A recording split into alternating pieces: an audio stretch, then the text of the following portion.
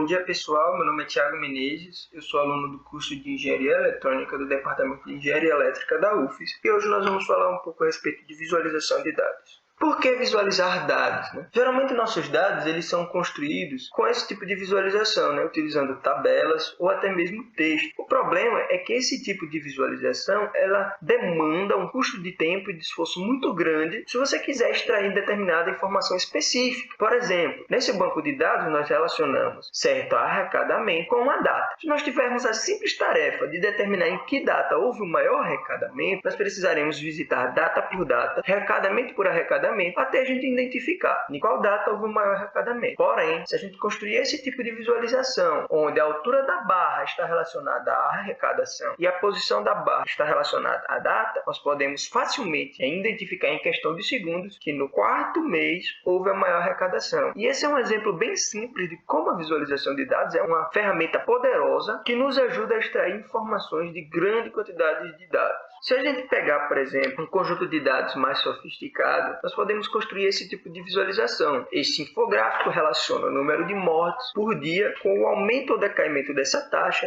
relacionando aqui a informação de vários países, utilizando elementos visuais e textuais para poder agregar em uma única imagem um volume de informação absurdo. Vamos ver na prática como construir uma visualização para determinado banco de dados e vamos ressaltar também as grandes dificuldades, ou melhor, a grande dificuldade ao tentar construir uma visualização de dados. O banco de dados que vai ser abordado nessa apresentação, ele relaciona alguns sintomas de determinadas pessoas com a incidência ou não de diabetes. Nosso banco de dados possui 520 amostras, ou seja, 520 pessoas foram entrevistadas e dessas pessoas foram extraídas 16 características, sendo elas idade, sexo e alguma incidência de sintomas. Por exemplo, se ela teve perda de peso ou não, se ela demonstrou fraqueza ou infecção por fungo, entre outros. Esse banco de dados está disponível no site Kaggle e foi disponibilizado pelo perfil do Guilherme Trevisan. Aqui está o link para caso alguém queira posteriormente visitar. Mas qual é o grande desafio ao tentar construir uma visualização para esse tipo de dados? É a dimensão dos dados. Se a gente parar para pensar, um gráfico com duas dimensões como esse daqui só consegue expressar duas informações sobre cada amostra. Ou seja, nesse gráfico daqui, cada pontinho desse representa um casal. E nessa dimensão, nesse eixo, nós temos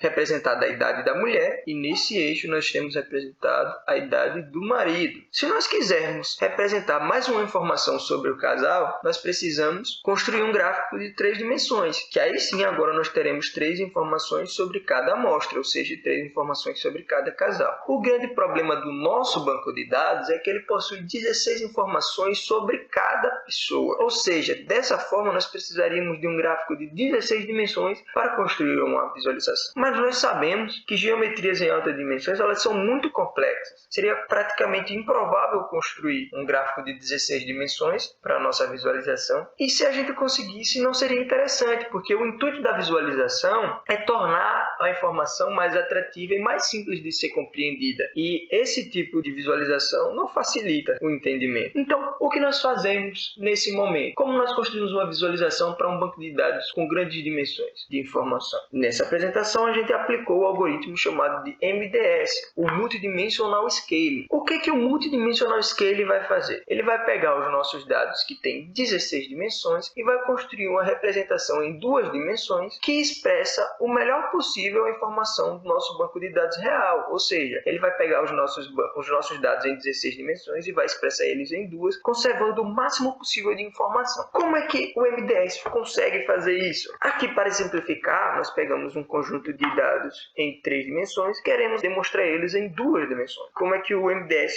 faz isso? Primeiramente, ele espaça aleatoriamente os mesmos dados, a mesma quantidade de amostra, em uma visualização de 2 dimensões, e depois ele mede a distância entre as amostras no conjunto de dado real, nas dimensões reais, e depois compara as distâncias reais com as distâncias que nós queremos alcançar na visualização de 2 dimensões. Após comparar, o MDS vai ajustar a posição dessas amostras no ambiente de 2 dimensões, de forma que ele seja muito semelhante, o melhor possível, às distâncias entre as amostras em 3 dimensões. E como isso nos ajuda? Se você parar para pensar, a posição de cada amostra está relacionada com as informações que foram coletadas para o banco de dados, né? Então, ao posicionar essas amostras em 2 dimensões de forma semelhante às amostras de 3 dimensões, nós estamos, na verdade, encontrando uma posição, ou seja, uma informação em cada eixo que represente o melhor possível as informações, né, disponíveis na dimensão real. Após a gente aplicar o MDS, reduzir a dimensão dos nossos dados, a gente obteve isso como resultado. Antes, a gente tinha esse tipo de visualização, pesorosa, grande e difícil de ser analisada, e depois de aplicarmos o MDS e construímos a nova visualização, nós temos isso, uma visualização mais dinâmica, que inclusive já de cara a gente consegue perceber uma grande vantagem. A gente consegue visualizar completamente os nossos dados em uma única lauda do nosso slide. Se a gente voltar, isso daqui não é os nossos dados completos. A gente possuía 520 pessoas, ou seja, aqui não tem nem metade dos nossos dados. E agora a gente consegue visualizar todos os nossos dados em uma única imagem. O que é que traz para a gente essa imagem? Cada pessoinha marcada com um círculo, ou seja, cada círculo desse é uma pessoa, e a cor nos diz se a pessoa é uma pessoa saudável ou é uma pessoa diabética. Então já de cara a gente consegue enxergar aqui todas as pessoas e se ela é diabética ou não, se ela apresenta diabetes ou não. É interessante ver também a geometria que foi formada. E essa geometria ela é construída com base nas distâncias entre as amostras, né, ou seja, entre as pessoas, no banco de dados real, que possuía 16 dimensões. Ou seja, se uma pessoa ela tem um perfil clínico semelhante com outra, se elas deram as mesmas respostas, se elas têm idades semelhantes, se elas apresentaram os mesmos sintomas, elas vão aparecer para a gente aqui, uma muito próxima da outra, que nem essas duas pessoas aqui. Mas se essas pessoas elas têm um perfil clínico muito diferente, né, ou seja, as informações que marcam a posição dela são muito diferentes, elas vão ter posições muito distintas também, como essa pessoa aqui, dessa pessoa de cá, ou seja, elas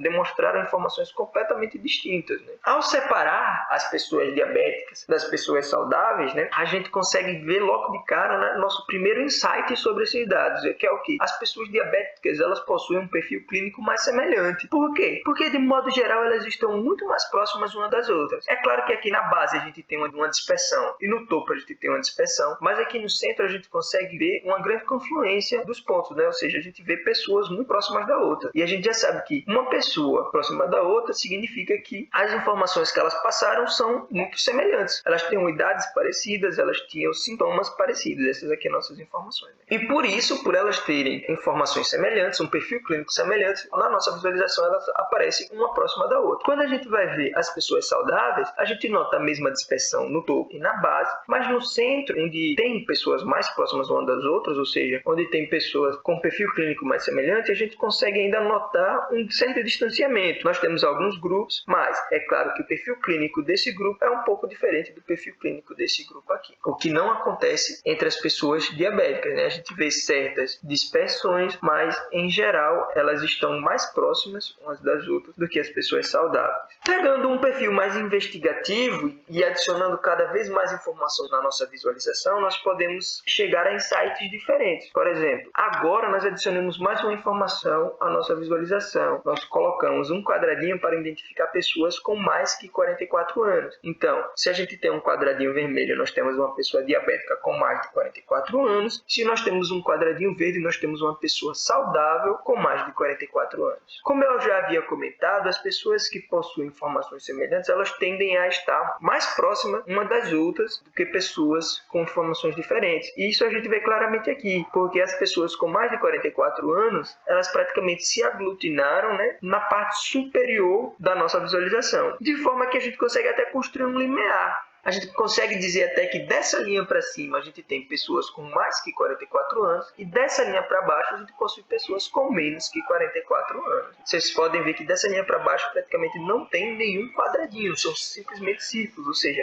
pessoas mais jovens com menos de 44 anos. Após visualizar isso aqui, a gente teve a ideia de adicionar à nossa visualização uma informação mais polêmica. Sabe-se pelo saber popular que o sintoma de má cicatrização é um grande indicativo de diabetes. Então, se você possui esse sintoma de má cicatrização, muito provavelmente você teria diabetes, de acordo com o saber popular. Então, a gente quis adicionar essa informação aos nossos dados para tentar identificar alguma coisa através da nossa visualização. Como o nosso banco de dados permitia isso, ou seja, uma das informações extraídas de cada pessoa era o fato dela ter incidência de má cicatrização ou não, a gente consegue aplicar essa informação aos nossos dados. E aí, então, a gente colocou uma estrelinha preta para indicar o sintoma de má cicatrização. Então, um círculozinho verde com a estrelinha preta é uma pessoa saudável com sintoma de má cicatrização, e um círculozinho vermelho com a estrela preta é uma pessoa diabética com sintoma de má cicatrização. Já de cara a gente consegue perceber que o nosso topo, o topo da nossa visualização, ele possui muito mais incidência do sintoma de má cicatrização. E resgatando aquela nossa informação prévia sobre a idade das nossas pessoas, dos nossos dados, nós podemos ter um insight novo. Por exemplo, resgatando a nossa informação da idade, a gente sabe que daqui para cima existem pessoas com mais que 44 anos e daqui para baixo a gente tem pessoas com menos que 44 anos. A gente consegue visualizar logo de cara que aqui na nossa base, na parte mais jovem das nossas pessoas, praticamente todas as pessoas que apresentaram sintoma de má cicatrização possuíam diabetes. Você vê que praticamente todas elas estão marcadas com um círculozinho vermelho. Apenas uma delas possuía má cicatrização e não tinha diabetes, está marcada com um círculozinho verde. Mas a partir daqui para cima, onde a gente tem a parte mais velha da nossa visualização, as pessoas com mais de 44 anos, a gente consegue ver com facilidade que a incidência de má cicatrização em pessoas que não têm diabetes aumenta. Aqui a gente tem, aqui. Então a gente consegue visualizar muitos mais círculos verdes com estrelinha preta, ou seja, pessoa saudável com sintoma de má cicatrização. O que isso nos diz? Isso nos diz que a má cicatrização é um ótimo indicador de diabetes entre os jovens. Por quê? Porque entre os jovens, praticamente nenhum jovem que teve má cicatrização era saudável, apenas um deles. Ou seja, se um jovem apresenta um sintoma de má cicatrização, ele tem uma tendência muito grande de estar com diabetes, ao passo de que se uma pessoa com mais de 44 anos apresenta o sintoma de má cicatrização, isso não quer dizer diretamente que ela possui uma grande probabilidade de estar diabética, porque a gente consegue ver aqui que existe grande quantidade de pessoas saudáveis que também apresentam sintoma de má cicatrização. E isso é uma informação que a gente retira dessa visualização de uma forma muito simples e rápida. Só de olhar, analisando rapidamente, a gente consegue esse tipo de informação. O que não seria tão fácil se a gente estivesse analisando esse tipo de visualização dos nossos dados. Seria muito mais pesoroso, custaria muito mais tempo e quem sabe até a gente não conseguiria esse tipo de informação tão facilmente. Então, esse foi um exemplo rápido de como a visualização de dados pode ajudar pessoas a analisar certos tipos de informação. Eu agradeço pela atenção de vocês e o meu muito obrigado.